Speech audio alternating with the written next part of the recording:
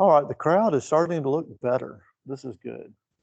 I need all the participation I can get in Bible class. I don't do well with monologue and those kind of things. So I'm glad that the group is getting larger as we go here. We are going to be in John chapter 4 today, lesson 6 in the books. I would like to thank Judy. I assume Judy did this, ordering more books. Anybody need a book? We've got plenty of books up here now. I'm glad to hand one out. Mr. Johnson, there you are. Usually right after you order new books, then everybody already has one. That's usually how this works. Now, if you had not ordered them, there'd be 10 people in the audience with no book.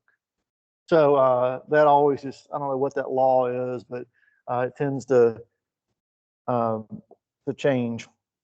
All right, so we are in John chapter 4 today. And we've got a really interesting study, I think. It's Jesus and the woman of Samaria, or the Samaritan woman. And I think there's a whole lot, if we just think about it, dig in, and a lot we can really gain from this particular antidote that's laid out in the scripture. And as with all scriptures, it's to benefit us. It was to benefit the people at the time. This was a circular letter, like the other New Testament letters. And it was a benefit for those people, but it's a benefit for us today as well. I think there's a lot that we can learn from it. So before we get started, if we'll just go ahead and turn to John chapter 4, and we're going to read a few verses in John chapter 4, and we're going to read the first 6 as we get going. Feel free to make any comments, thoughts.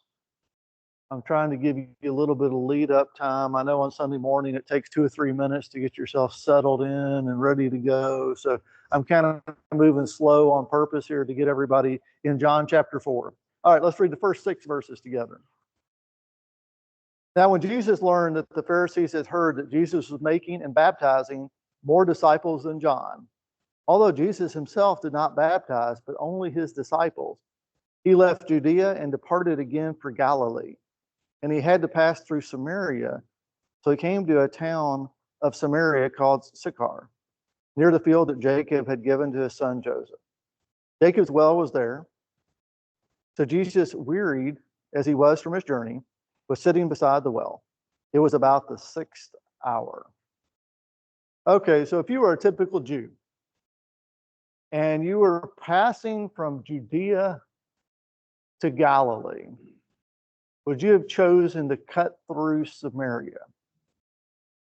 Well, that doesn't make any sense at all, Billy. Why would you go around it? I mean, that adds time and distance and makes it, a lot of hassle probably. Don't you have to cross a river?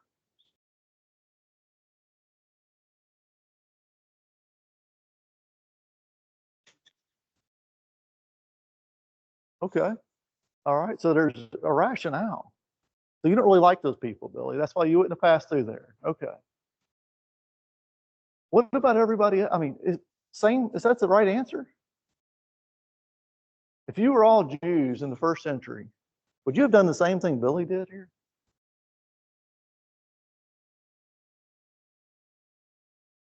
Is it pure laziness because you wouldn't want to go the extra distance, or?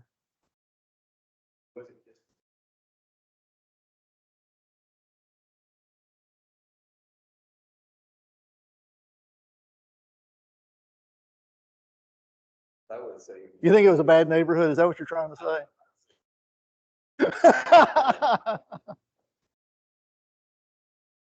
I'm thinking of another word is probably the reason that I'm picking on Billy having a little bit of fun this morning. But I think there's probably another word that describes it better. Why? Okay. Uh-huh. Okay. Okay. All right. So that means you're not going to pass through there.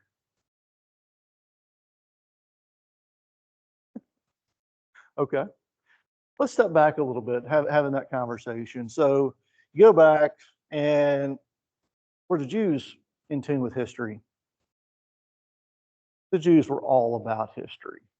They knew all about the history. So there was this captivity.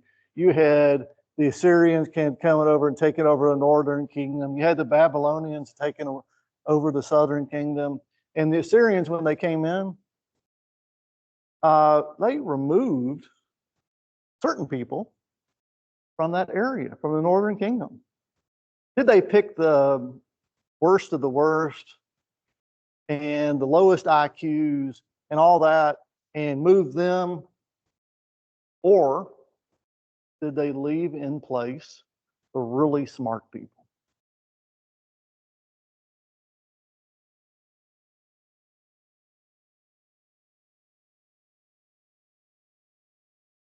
They took the best and moved them off, and then they left kind of the rest. And then you had these historical Jews in this area, and then all these other foreigners who came in, they intermarried with those. So these Jews in the southern kingdom, what did they really think of these people? They weren't pure Jews, and they were kind of beneath us, right? And we're much better than them. And that was kind of the thought process. We're not even going to trouble ourselves and, by passing directly through, even though that made the most sense. And so what would we call that today? There's a word. there's a word. Johnny, I think it starts with a P in my mind. Prejudice. Prejudice, racism, whatever nasty word you want to use, right? Bias. I think that's, so we look at this. This is what Jesus did. He went straight on through, saved himself some steps, and then also had a pure heart as he did it, right? So that's, as we're looking at this, that simple path, I think, tells us something just to get the lesson, started off. Do any of us ever struggle with these types of things in our lives today? Bias, preconceived notion, ego. Anybody ever experience that in our time? Or did that kind of go, we kind of left us with the Jews?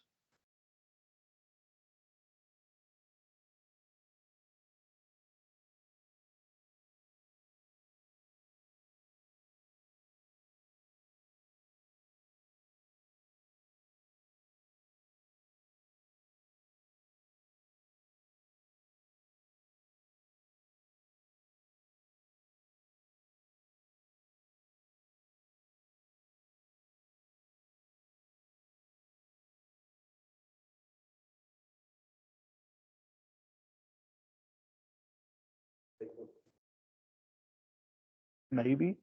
I don't have a great answer for that, if it just from appearance. We've got a good answer back here in the back.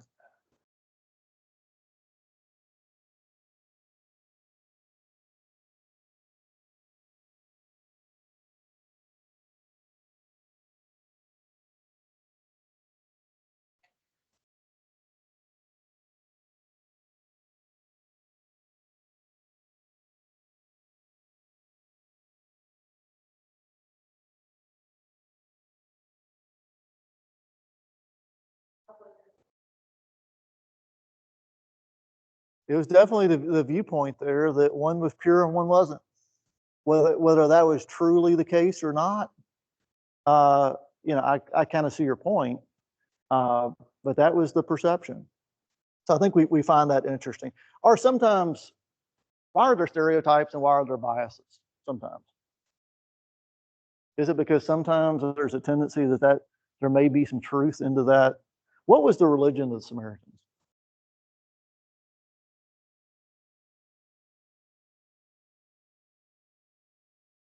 Okay, worship in high places.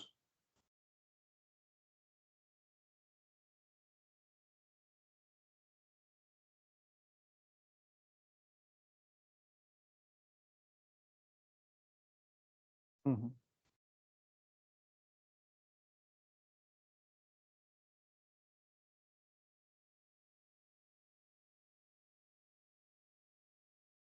Mhm. She was a Jew by heritage as well, to a degree. I mean, that's where she was from. I mean, where she was from. Now, there's a different understanding. The Samaritans had a mix of monotheism and paganism, is the way it was described, I think, over in Kings. And it's by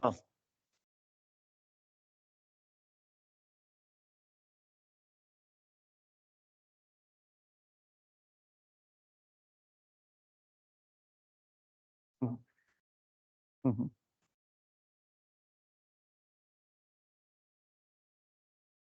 mhm, mhm,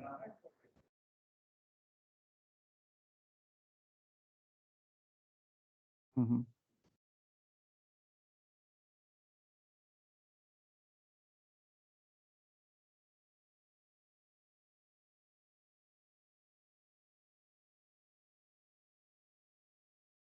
I think that's definitely true. My understanding is the Samaritans looked at Genesis, the Pentateuch, and there's this fly that's just, so you see me randomly swatting at things. There's a gnat up here. If it looks like I'm, losing my mind and seeing things, it's because there's a little gnat that's in my vision up here. But they looked at the Pentateuch as the only valid scripture, is my understanding, with the Samaritan. So they looked at Genesis through Deuteronomy.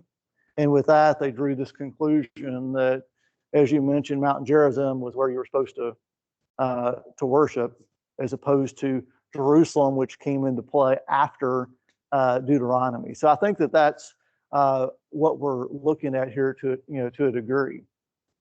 And I was going to throw out an example. Is anybody from Potts Camp, Mississippi? Okay, I think I may be in the clear. So in our own lives, sometimes, do we have bias, stereotype, those kind of things? I think the answer is yes from time to time. I was 25 years ago now, and I was, early on in career. I was in a centralized credit underwriting unit. We were measured based upon credit decisions, based upon criteria. We were measured based upon, did people pay you back? And if people didn't pay you back, it was bad. It was bad on you. So we had this weird thing, and this is a long time ago. And Potts Camp may be like a mecca of credit worthiness now. But way back when, anytime we saw something from Potts Camp come through, we're like, oh no, all right. I haven't seen anybody from Potts Camp pay me back. And I was like, this is going to mess with my metrics. All right. Is that a bad bias? Yeah, that's a bad bias. That's a bad bias. I think we're all guilty of things like that ourselves from time to time. So one of the applications to this lesson is, I want us to all look at this and be careful. Jesus didn't look at it that way. So not to go off too much on a tangent, let's look at the next few verses. I did a long setup there on purpose to get our minds kind of thinking through what this is about. Yes, sir. Mhm. Greeks hated that area. The Samaritans made a pact with them that they actually built a temple, placed it on the high mountain in Samaria. A lot of people don't know. So when they say we worship, you guys worship in the high places, there's actually a temple up there that had the Levitical priesthood needed to worship at one time in Samaria. And at Mount Gerizim, even after, at this point in time, New Testament, that temple had been destroyed. It was on the top of Mount Gerizim, but they were still worshiping on the mountain. And it was destroyed by the Jews. Right. Now, went up there and say, you can't worship every kind of worship. Yeah, absolutely. Good point. Good point. Mm-hmm. Finish always went to the mail.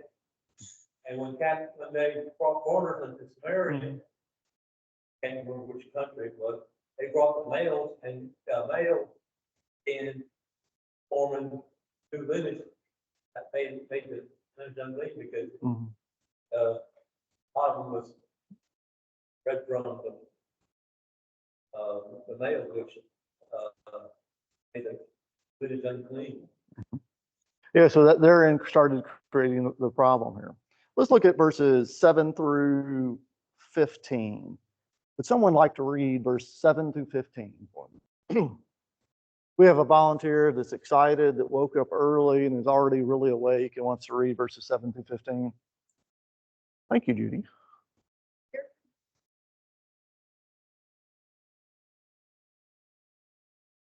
Disciples were gone away into the city to fight. Then saith the woman unto him, visit thou, ask and drink of me. Jews have no deal.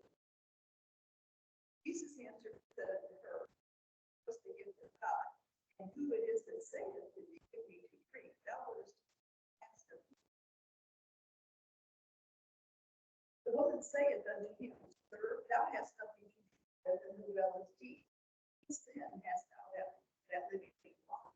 Art thou greater than our father Jacob, which gave us the well and drank thereof himself and his cattle? Jesus answered and said unto her, whosoever drinketh of this water shall, but whosoever drinketh of the water that I shall give him, but the water that I shall give him, the water springing up into everlasting life. Saith unto him, Sir, give me this water that I thirst not, neither. Okay, thank you.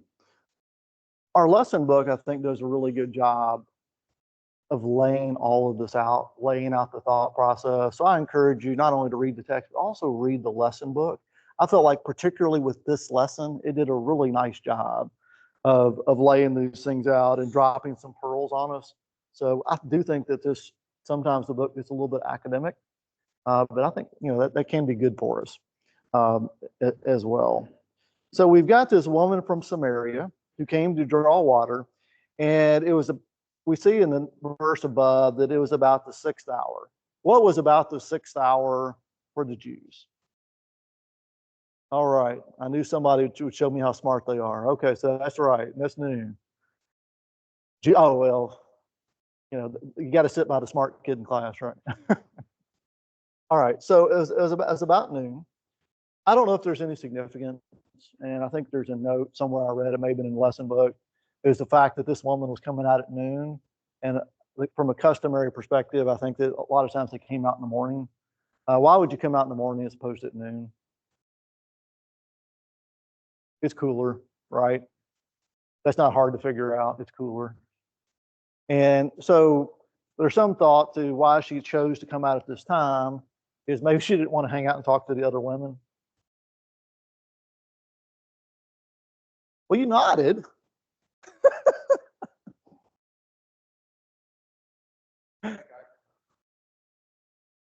Oh, yeah. So that's why Joe always looks down. That's why Joe always looks down.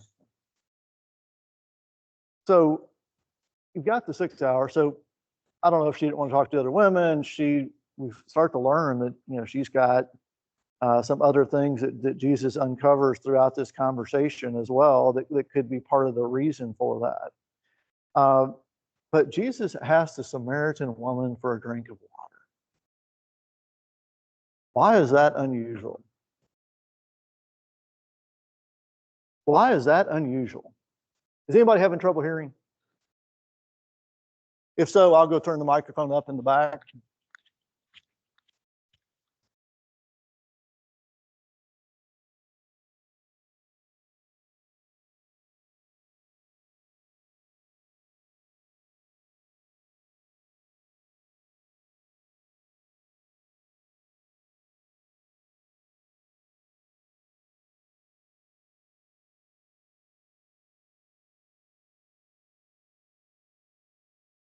All right, well, if that's louder, great. That's all I can do.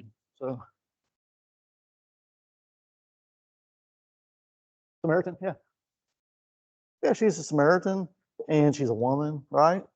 He wouldn't have asked those questions. So you've got that. That's pretty, that's something that's interesting to me. So Jesus is kind of breaking down some barriers, challenging the way we think. He passed through Samaria, and he's talking to a Samaritan woman, and he asks gets in this conversation about water, and asks for him to give a drink, and she's kind of challenging this as well. How does she challenge Jesus on the fact that he asked for water. She kind of calls him out a little bit.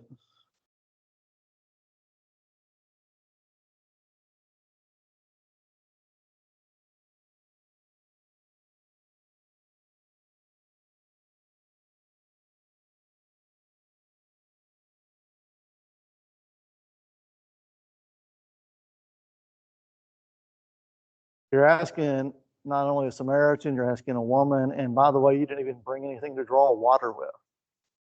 So it's kind of, so she's challenging that. And they get into this conversation about if you would have known the gift of God and who is saying this to you, give me a drink, you would ask him and he would have given you living water. This seems like kind of a random thing to say, doesn't it? I'm trying to come draw some water. And you're talking about, first of all, you don't bring anything to drink at all. You don't bring anything to draw water with. You're asking a woman and you're asking for a Samaritan. And then you start talking about living water.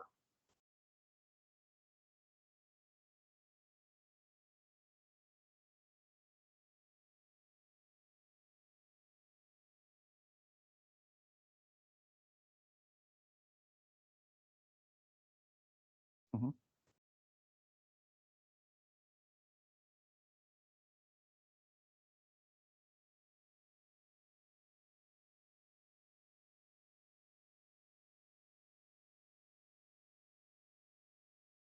Perfect. I don't think you have to react to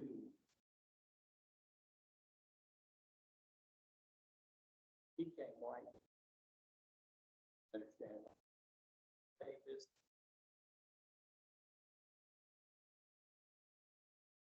Sounds like she'd argued with a guy before.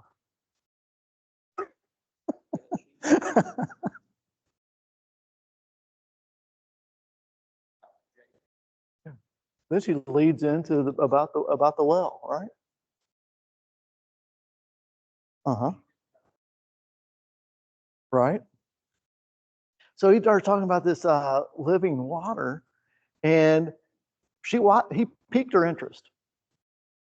Why was her interest was piqued here? Why was her interest piqued? She didn't want to have to come draw water every day. That was a big hassle. So it'd be really cool if she could get living water and she didn't have to come draw water every day. So all of a sudden he piqued her interest. So if we're sharing the gospel with someone, what's maybe the first thing we need to do? Pique their interest, right? And now her interest is piqued and she's asking about it because she's like, I would really like to not have to come draw water again.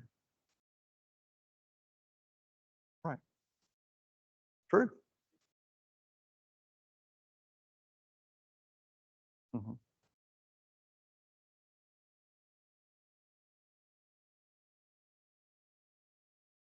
Yeah, 100%. good example of going out and find for somebody today. First thing you do, make sure you don't stop them and get mad. My common interest to willing to sit down and talk with you. Don't make them mad or get into work. I mean, that's a really good point. As some of you know, and I coach something like this a little bit this week. So I run a compliance function at a publicly traded medical device company. And so I have some, people of varying disciplines that report into me. And so I've an attorney on my team was giving some guidance to a commercial business leader. And she was citing the anti-kickback statute in order to justify some guidance she was giving. Was she factually accurate? Yes. Was that a good way to raise his defenses or lower his defenses initially? You think he got defensive immediately? 100%. So my coaching was, you can be factually accurate, but you're not going to get the desired outcome. Same thing here. Jesus is reaching out and he's meeting her where she is. He piques her interest. All right, let's read through, and it cited Jacob's well, which that's, a reference to Jewish heritage, as we talked about. So she has some knowledge that goes back. Let's look at verses 16 through 26. Do I have a reader? Thank you. Yep.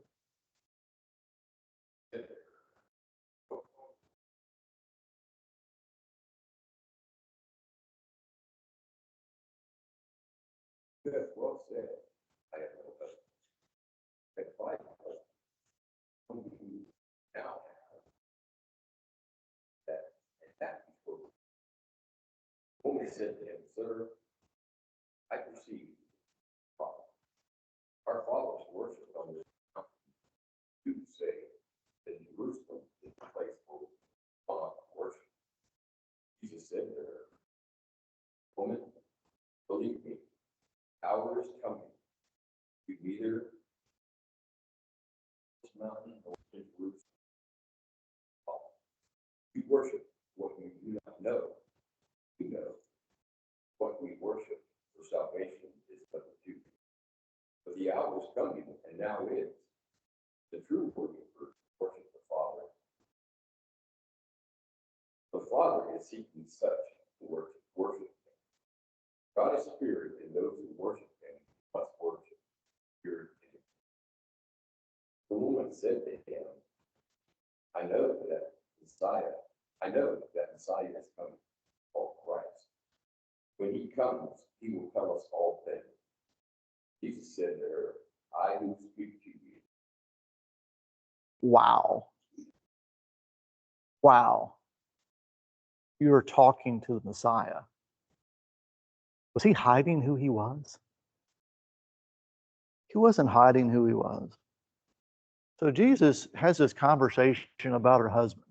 Why does he do that? Go call your husbands. And then we get into this conversation. Oh, how many husbands have you had, by the way?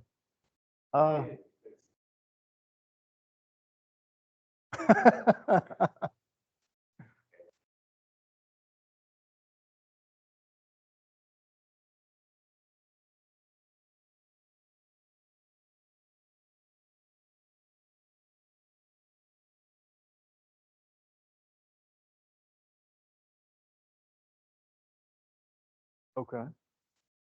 So he knew something that he had no way of knowing at all, right? So I think that that's one thing. I think there's probably, so by saying that, Jesus tells her that, hey, she's going to draw the conclusion that he's a prophet, because you couldn't know that unless you've got some kind of special, gift from God, or you would not have known. He had no way of knowing whatsoever. So that's totally that's a great point. Point number two, what would be point number two here? What else is he trying to identify? If you want somebody to change your life, what do you have to identify?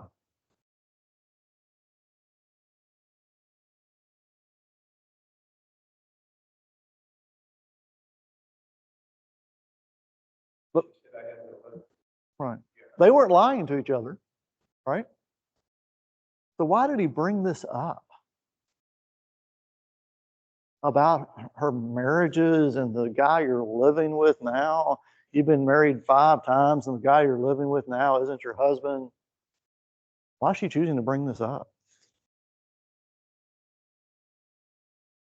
Right on target. Is if you want somebody to do something different, you have to identify that they need to make a change. So anytime, whether it's, dietary, lifestyle, decisioning, spiritual things, whatever it is, if you decide you're going to lose 10 pounds or lose 20 pounds or whatever it is, what's the first thing you have to identify?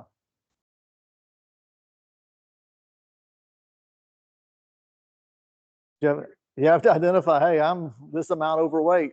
Otherwise, you don't make the decision that you need to change, right? So he's identifying that, hey, he's got sin here as well.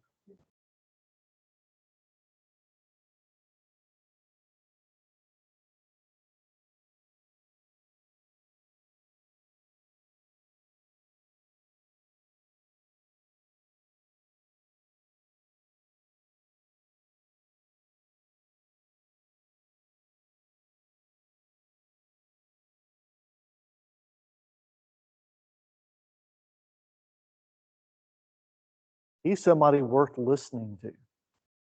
I think that's a great point. She thinks at this point he's just a prophet initially, and she's willing to listen to him. She is, because she's convicting herself of sin potential. Yeah.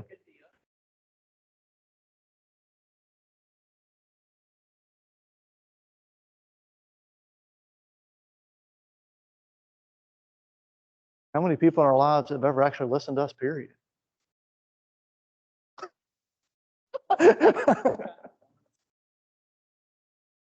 uh, I think that's a good point.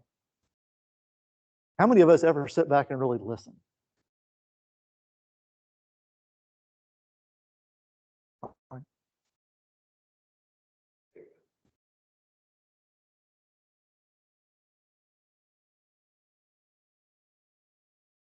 Mm-hmm.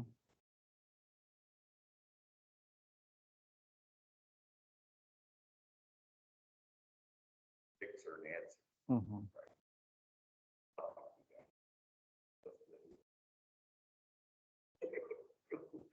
How do you feel when somebody does that? If their response indicates they didn't pay any attention to what I had to say. Like, okay, well, that wasn't worth a conversation. They're obviously paying no attention and not listening at all.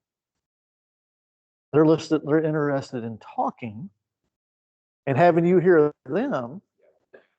They're interested in being heard, but they're not interested in listening. Is that a lesson for us? I think it is. Any comments? Sure.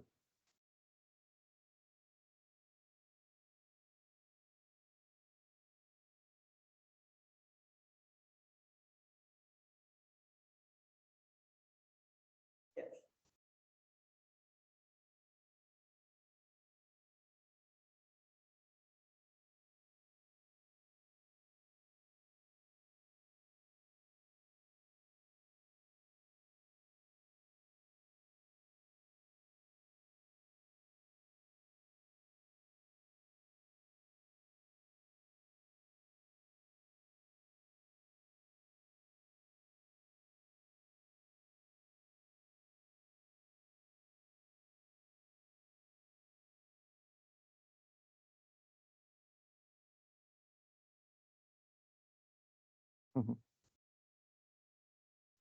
Interesting point.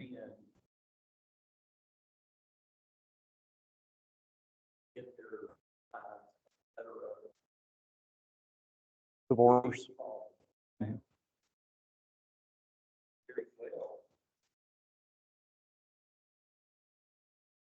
They were just treated like and to get rid of it. They could. And he could not divorce. And it all that they were fighting by. If he would have had one like this, it already been let go of. Now, Is not your husband. If she'd been divorced, sounds like 5 times, and then she has a husband that she's living with somebody. All right.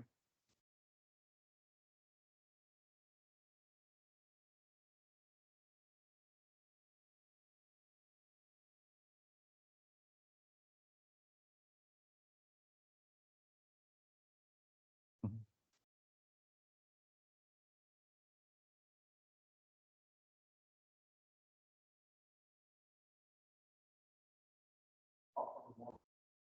I think it's an interesting point. I kind of take it at face value. Mhm.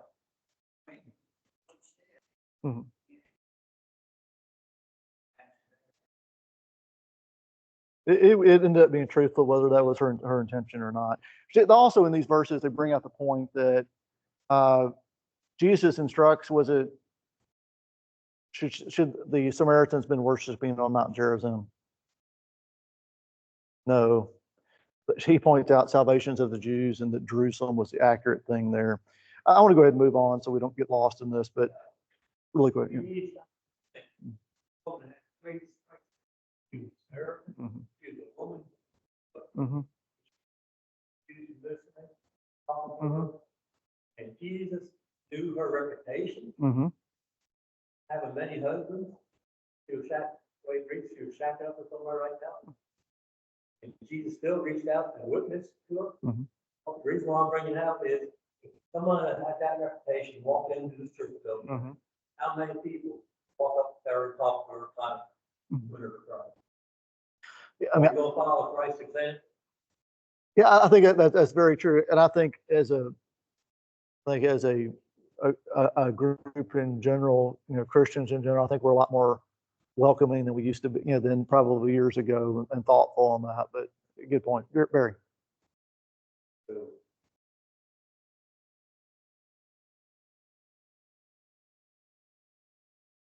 Mhm.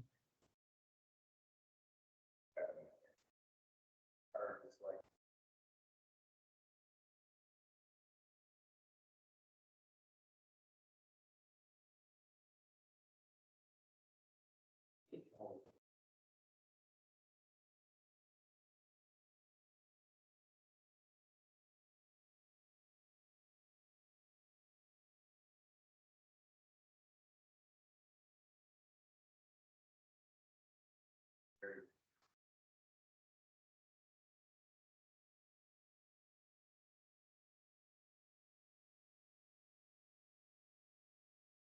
And I think that's the key point here, is that Jesus cared about her, Jesus cares about us, Jesus cares about all of us.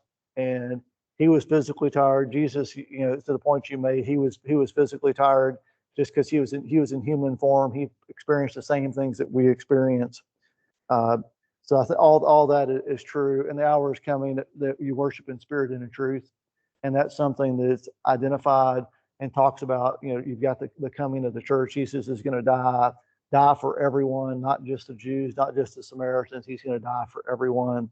So that's a key takeaway and a key point here. I'm going to start reading verse 27 and go through 38.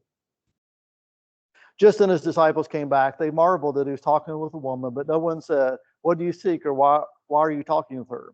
So the woman left her water jar and went away into town and said to the people, "Come, see a man who told me all that I ever did. Can this be the Christ?" They went out of the town and were coming to him. Meanwhile, the disciples were urging him, saying, "Rabbi, eat." But he said to them, "I have food to eat that you do not know about." So the disciples said to one another, "Has anyone brought him something to eat?" Jesus said to them, "My food is to do the will of him who sent me and to accomplish his work. Do you not say, there are yet 4 months, then comes the harvest? Look, I tell you, lift up your eyes and see that the fields are white for harvest. Already the one who reaps is receiving wages and gathering fruit for eternal life, so that sower and reaper may rejoice together. For here the saying holds true, one sows and another reaps. I sent you to reap that for which you did not labor. Others have labored and you have entered into their labor." Many Samaritans from that town believed in him because of the woman's testimony. "He told me all that I ever did." So when the Samaritans came to him, they asked him to stay with them. And he stayed there 2 days. And many more believed because of his word. They said to the woman, "It is no longer because of what you said that we believe, for we have heard for ourselves. And we know that this is indeed the Savior of the world." After the 2 days, he departed for Galilee. For Jesus himself had testified that a prophet has no honor in his own hometown. So when he came to Galilee, the Galileans welcomed him, having seen all that he had done in Jerusalem at the feast, for they too had gone to the feast. So the woman goes back. She leaves her water pots where they sit. She goes back to her people. She goes back to the village. She tells them about Jesus. The Messiah is here. He told me all that I've ever done. Who we are looking for, the Messiah is here. And the Samaritans start coming out of the villages. They start coming out of the village to hear Jesus. And Jesus cares about them so much, he alters his travel plans. He chooses to stay an extra 2 days in this area. And what does he tell his disciples.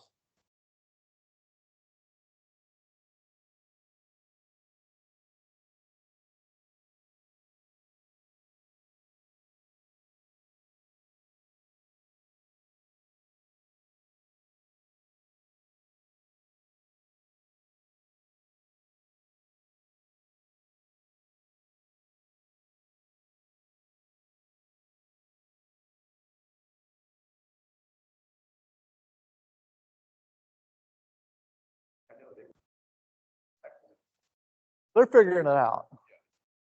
The fields are white for harvest. Jesus did the work. I've got it in the field for you. You just got to go out there and pick it. You just got to go out there and pick it. I made this easy for you guys. You go out there and finish this off.